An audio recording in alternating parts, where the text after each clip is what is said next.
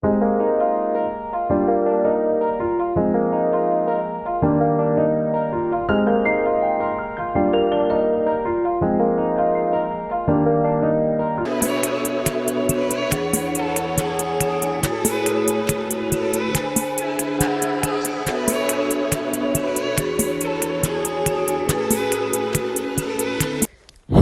ඉතින් කොහොමද අපි මේ යන්නේ කොහෙද කියලා දන්නවද? කොළඹ පොඩි වැඩ වගේක් තිබුණා අපිට. ඉතින් කොළඹට තමයි මේ ආවේ. අපි බලමු කොහොමද දවස ගත වෙන්නේ කියලා. ඔන්න ඉතින් ආපු ගමන් ආච්චි ගාව මෙයා තියලා තව පොඩි වැඩ වගේකට යන්න තමයි ඉතින් හදන්නේ. බලන්නකො ළමයි මේ අහසේ ලස්සන. මේව ඉතින් බලන්න පුළුවන් කොළඹට ආවොත් විතරයි. කුරුණෑගල ඉද්දී ඉතින් අහස බැලුවම පොල් ගස් විතරයි පේන්නේ. ඔන්න ඉතින් මේ දෙන්නත් වැඩේට බැහැලා ආපු ගමන්. ඔන්න ඉතින් මේ පහුවෙනිදා උදේ මම ලෑස්ති වෙලා ඉන්නේ පොඩි ගමන් වගේක් යන්න. බලන්න කිව්වා අපේ අක්කලයි ගෙදර. මේ තියෙන්නේ අපේ ගෙදර නෙවෙයි අපේ අක්කලයි ගෙදර. එහෙ තමයි අපි කොළඹ ගියාම ඉන්නේ. මොකද අපේ ගෙදර රෙන්ට් කරලා තියෙන්නේ. එයා ඉතින් අලුතෙන් මල් වවන්න පටන් ගන්න තියෙන්නේ. ඉතින් මේ බලන්නකෝ එයාගේ ප්ලාන්ස් ටික. මම කොළඹ ආවි ඊයේ. ඉතින් අද පොඩි වැඩ වගේක් තියෙනවා කරගන්න. මං හිතුවා ඔයගොල්ලෝ මාත් එක්ක යනවා කියලා. මොකද මං ඉන්නේ කුරුණෑගලනේ. ඒ වුණාට ඉතින් කොළඹ ආවම තියෙන වැඩ ටික ආයේ කරගෙනම යන්න ඕනේ. නැත්තම් කුරුණෑගලෙද්දි කොළඹ තියෙන වැඩ ටික කරගන්න බෑනේ. ඒකින්ද අපි යමු. මොනවද අද කරන්න තියෙන්නේ කියලා බලමු.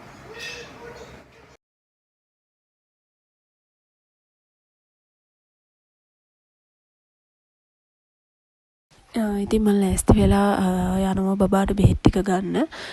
ගෙදර අනිත් අය අනිත් වැඩ ටික කරලා දෙන්නම් කිව්වා. ඉතින් ඊට පස්සේ ඉතින් වැඩි දෙයක් vlog කරන්න බැරි වුණා. ඉතින් ඊට පස්සේ අපි කුරුණෑගල ඉන්න පිටත් වුණා. දවස් දෙකක වැඩ කටයුතු වලට තමයි අපි ගියේ.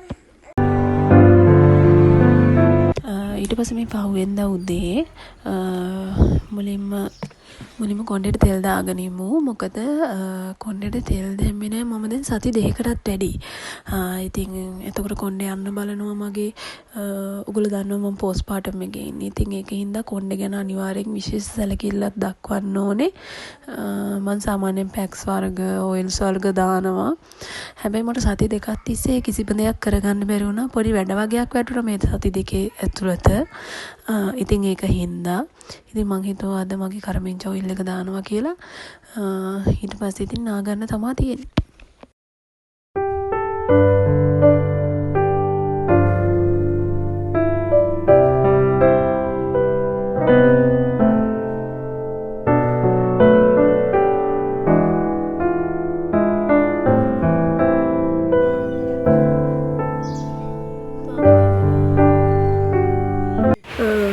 කොණ්ඩේ තෙල් ටික දාගත්තා. මේ මම දැන් සති දෙකකට විතර කලින් තමයි ආයෙ තෙල් දැම්මේ. මේ ඊට පස්සේ අද තමයි දැම්මේ.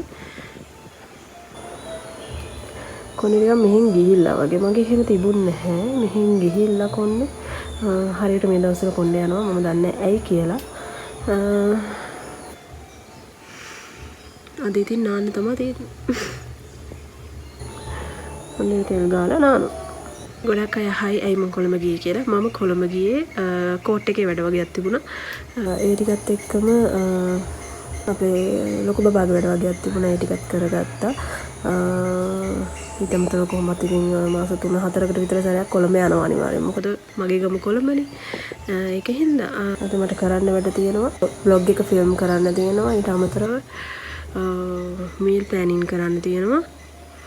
මීල් ප්‍රෙප් කරන්න තියෙනවා.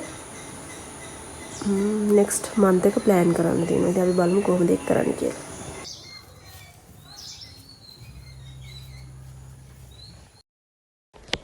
මේ බබාට තමයි මම බෙහෙත් ගන්න ගියේ. ඒ කියන්නේ අපේ ලොකු බබාට. එයාට පොඩි ඉන්ෆෙක්ෂන් එකක් වගේ දාලා තියෙනවා.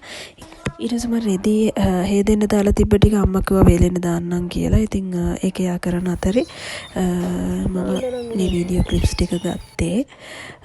ඉතින් ඊට පස්සේ මම චූරි බබාගේ බඩු ටික මේ විදියට මේ තැම්බෙන්න දැම්මා. ඊට පස්සේ මේ තියෙන්නේ බබාට දීපු බෙහෙත් එක. මේවා ඇන්ටිබයොටික්ස් මේවා දෙන්න හොඳ නෑ කියලා කියනවා බබාලට. හැබැයි එයාගේ තත්ත්වය ටිකක් දරුණුයි. ඒකින්ද මං හිතුවා දෙන්න. මේ තියෙන්නේ ඉතින් අපේ කොළ ගෝවා එක.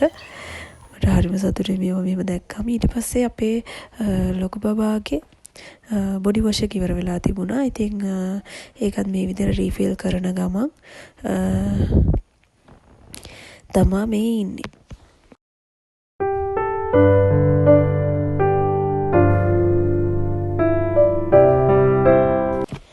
එයාගේ මං කිව්වනේ ඇඟේ පොඩි ඉන්ෆෙක්ෂන් එකක් තියෙනවා කියලා. ඉතින් ඒකින්ද මම හිතුවා මේකට එයාගේ පොඩි පොඩි තුවාල් කැලල් වගේක් තියෙනවා. ඒකින්ද ඔලිව් ඔයිල් ටිකකුත් මේකට දාලා මික්ස් කරලා ගන්න ඕනි කියලා. එතකොට තුවාල කැලල් වලට හොඳ නිසා. ඉතින් ඔයාලත් ඒ වගේ කරනවා නම් ගොඩක් හොඳයි චූටි බබාලට.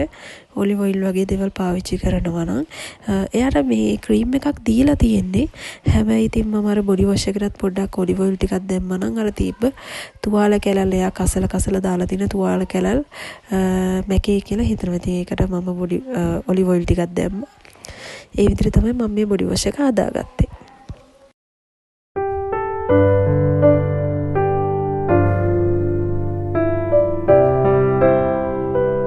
ඉතින් කොහොමද මේ දවස්වල ඔයගොල්ලෝගේ ජීවිතේ?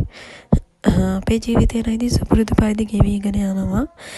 ගිය සතියේ දාන්න තිබ්බ වීඩියෝස් දෙකක් විතර මගහැරිලා තියෙනවා. ඉතින් ඒකෙන්ද මං හිතුවා මේ සතියේ වීඩියෝස් ටික කොහොම හරි කරගන්නවයි කියලා.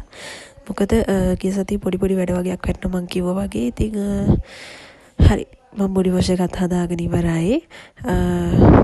ඉතින් ඕක තමයි මම අපේ බබාට පාවිච්චි කරන්නේ. ලොකු බබාට. චූටි බබාට නම් ඩිරෙක්ට්ලි අර බොඩි වොෂ් එක තමයි යූස් කරන්නේ. එයාට එහෙම ලොකුවට මොනවත් දාන්නේ නැහැ. එයාට වෙනිවැල් ගැට තඹපු වතුර වලින් තමයි යාව නම් නාවන්නේ. ඉතින් අපේ චූටි බබාව ඒ විදිහට තමයි කරන්නේ. ලොකු බබාව තමයි ඉතින් ওই විදිහට චුට්ටක් පරිස්සම් කරන්න හිතුවේ. මොකද එයාගේ ඉන්ෆෙක්ෂන් එක නිසා. ඉතින් ඊට පස්සේ peer ගෙඩියක් තිබිලා එයාට පොඩි කෑලි වගේක් කපලා දුන්නා. ඊටු ටික මෙන්න මේ විදිහට මම එයා ටයිට් කන්ටේනර් එක දාලා ෆ්‍රිජ් එකේ දැම්මා. මොකද ආයෙත් දවසක් ඒවා ටික එයාටම දීලා කන්න දෙන්න පුළුවන් විදිහට. ඉතින් මෙන්න මේ විදිහට දාලා තිබ්බා මොකුත් වෙන්නේ නැහැ ෆ්‍රිජ් එකේ.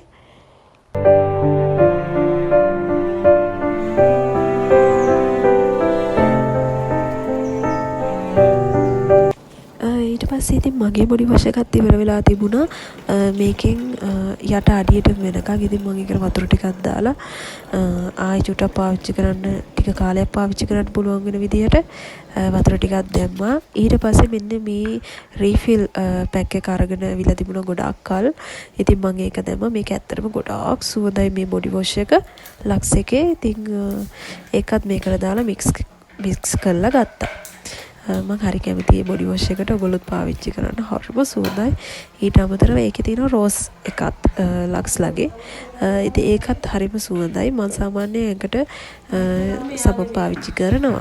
එහෙම වුණොත් කොහොම සබන් වගේ දෙයක් විතරයි පාවිච්චි කරන්නේ. එහෙම නැත්තම් මගේ බොඩි වොෂ් තමයි මම යූස් කරන්නේ. ඉතින් මොකද සබන් ගෑම ටිකක් කසන්න බලනවා මට. මම දන්නේ නැහැ ඇයි කියලා.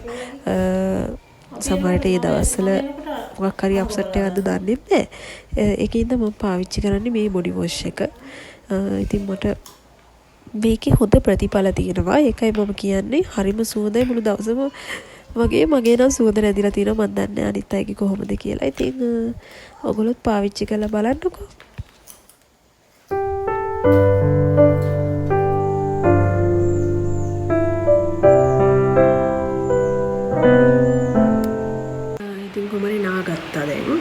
නාගෙන දැන් මම පොඩි වැඩක් කරන්න යන්නේ. බලමු මොකද්ද කියලා. මේ ඊට කලින් කියන්න ඕනේ මේක දවස් 3ක විතර බ්ලොග් එකක්. මොකද මම කොළඹ ගියා දවස් 2ක්. ඊට අමතරව මෙහෙදී ෆිල්ම් කරන එක. ඒක දවස් 3යි. බලමු මම මොනවද දැන් කරන්න යන්නේ කියලා.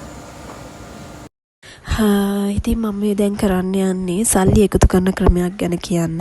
ඇත්තට මේකත් මම Life with Love කියන YouTube channel එකෙන් තමයි ඉගෙන ගත්තේ රොෂානි අක්කගෙන්. ඉතින් ඒ අක්කා මේ ළඟදී දාලා තිබුණා මේ විදිහට 10000ක් කොහොමද එකතු කරගන්නේ කියලා. ඉතින් ඒ ක්‍රමේ මටත් කරලා බලන්න හිතුණා. ඇත්තට මේක හරිම ෆන් වැඩක්. ඉතින් ඔයගොල්ලෝ දන්නවා මම New Year එකට වෙනම සල්ලි පෙට්ටියක් එකතු කරනවා. ඊට අමතරව තමයි මේ වැඩේ කරන්න හිතුවේ. මොකද මටත් ඇත්තරම පොඩි බඩු වගේක් ගන්න වෙලා තියෙනවා. ඉතින් ඒකට තමයි මම මේක එකතු කරන්න හැදුවේ. අපේ බජට් එකෙන් ගන්නෙ නැතුව එකතු වෙන සල්ලි වලින්. ඉතින් මේ එහෙම හිතේ ඉන්නකොට තමයි ඔන්න රොෂානි අක්කගේ වීඩියෝ එක දැකලා මටත් හිතුණා මේ දේ කරලා බලන්න. ඇත්තට මේක හරි ෆන් වැඩක්. ඉතින් මං හිතුවා ඒක මේ විදිහට කරලා බලන්න. සල්ලි පේන්න තියෙනකොට අපිට අර ටිකක් ඒකට වැඩි වෙනකොට සල්ලි දානකොට ආසෙ හිතෙනවනේ. ඇත්තට මේ අක්කා කිව්වා වගේ. ඉතින් ඒක හින්දා මම හිතුවා මේක කරලා බලනවායි කියලා. අපි බලමු කොච්චරක් දුරට මේක කරගෙන යන්න පුළුවන් වේද කියලා අපිට. මම මහත්තයාවත් දැනුවත් කළා යටත් දාන්න කියලා සල්ලි කීයක් හරි අතේ තියෙන වෙලාවට. ඉතින් මෙහෙමයි. දවස් කීයක්ද කියලා මම දන්නේ නැහැ. මොකද මට හැමදාම සල්ලි හම්බ වෙන කෙනෙක් නෙමෙයිනේ. ඉතින් ඒක හින්දා. හැබැයි බොහොම ඉක්මනට මේක පුරවන්න හිතාගෙන ඉන්නවා. අපි බලමුකෝ කොහොමද ඒක කරන්න කියලා.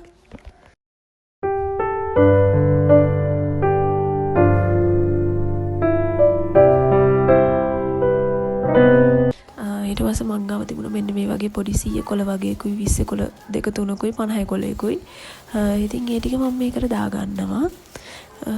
දාලා ඒ කොටු දෙකක් තුනක් විතර කපන්න තමයි හිතාගෙන ඉන්නේ.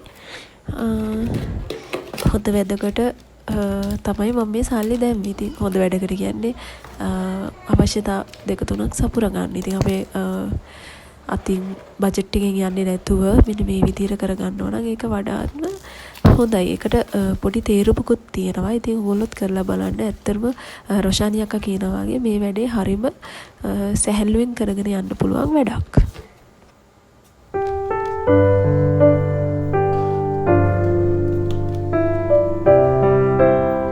පොඩ්ඩ එකතු කරද්දි නොදැනීම 10000ක් වගේ ලොකු ගාණක් එකතු වෙනවා.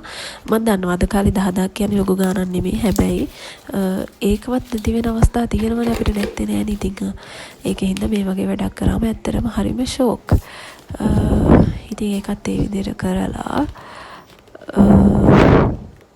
තමයි මගේ ඉතුරු වැඩ ටික මම අද කරන්න පටන් ගන්නෙ.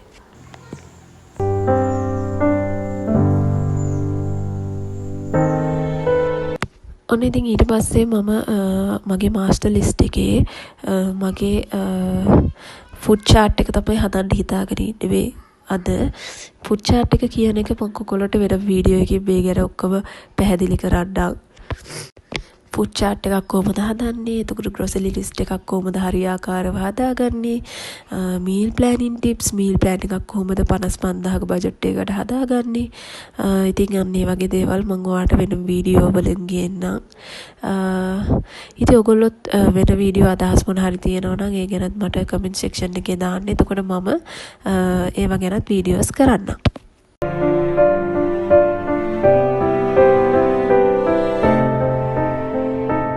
ෆුඩ් චාට් එකක් හදන්නේ සාමාන්‍යයෙන් මට මීල් ප්ලෑනින් කරද්දී ලේසි වෙන විදිහට. ඒ කියන්නේ මීල් ප්ලෑන් කරද්දී අපිට වෙජිටේරියන් දවසකවත් ෆිෂ් ඩේ එකකවත් චිකන් ඩේ එකකවත් ඒ වගේ දේවල් වර්ග කරලා අඳුරගන්න පුළුවන්. ඒ වගේ දවස් වර්ග කරලා අඳුරගන්න පුළුවන්. ඉතින් ඒක හින්දායි මම මේ ෆුඩ් චාට් එක හදන්නේ.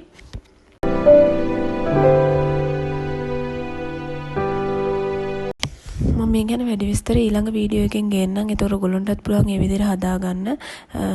ග්‍රොසරි ලිස්ට් එකක් හදන විදියත් මම වීඩියෝ එකකින් වෙනම ගේන්නම්. ඒකටත් ක්‍රම සහ විදි තියෙනවා. ඉතින් ඒ විදිහට අපි කරගෙන යන්නයි තියෙන්නේ. ඉතින් මේ විදිහට කරගත්තම ඇත්තටම හරිම ලේසි සතිය පාසුවෙන් ගෙවන්න. දවසේ මොනවද උයන්නේ කියන එක දල අදහසක් තමයි මේකෙන් ලැබෙන්නේ. ඉතින් ඒකින්ද ඔයගොල්ලොත් කරලා බලන්න මේ විදිහට.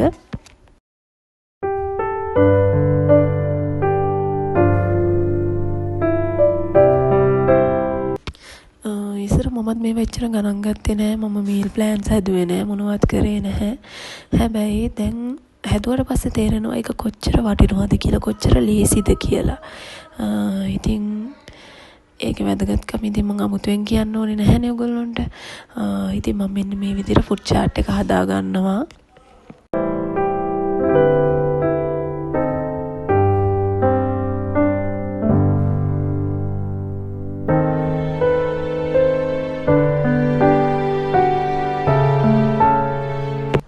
මම දැකලා තියෙනවා ගෘහණියෝ ගොඩාක් කුස්සියටම වෙලා ඉන්න අය. ඉතින් ඒ වගේ අයට තමයි මම මේ කියන්නේ.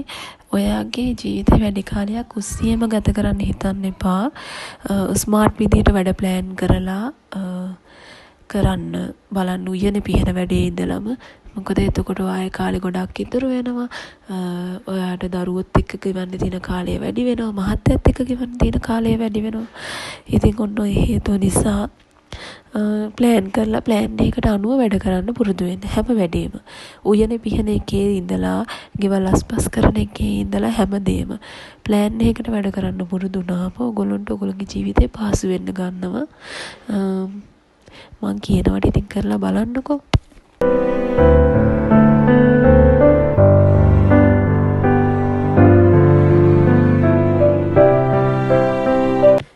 මට මතකයි ඉස්සර අපේ අම්මලා ඔය බටු මෝජු එතකොට අච්චාරු වර්ග එතකොට සීනි සම්බල් වගේ දේවල් හදලා තියාගන්නවා. එතකොට අපිට එකක් හදාගත්තත් අර වගේ එකක් තියෙනකොට බය වෙන්න දෙයක් නැහැ. ඒකත් එක්ක දාගෙන කත හැකි. ඉතින් ඒකෙන් වෙන්නේ අපිට කොයි හරි හදිස්සියකට ගිහිල්ලා ආවත් කිසි ප්‍රශ්නයක් නැහැ. ගෙදර කෑම තියෙනවා. සාමාන්‍යයෙන් පිටරට මිනිස්සුත් මේ වගේ දේවල් කරනවා. මීල් ප්‍රෙපින් කරනවා. මීල් ප්ලෑනින් කරනවා. ඉතින් ඒ මිනිස්සු ජීවිතේ හරියට විඳිනවා. ඉතින් අපේ සමහරක් අම්මලා තාත්තලා ඉන්නවා කුස්සිය බදාගෙනම ඉන්නවා. ඉතින් ඒ වැඩේ කරන්න දැන් හොඳ නෑ. මොකද අපිට දැන් තියෙන්නේ හැල්මේ දුවන කාලයක්නේ. ඉතින් අපි බිසි ලයිෆ් එකත් එක්ක මේ වගේ වැඩ කරද්දී අපිට හරිම පහසුයි.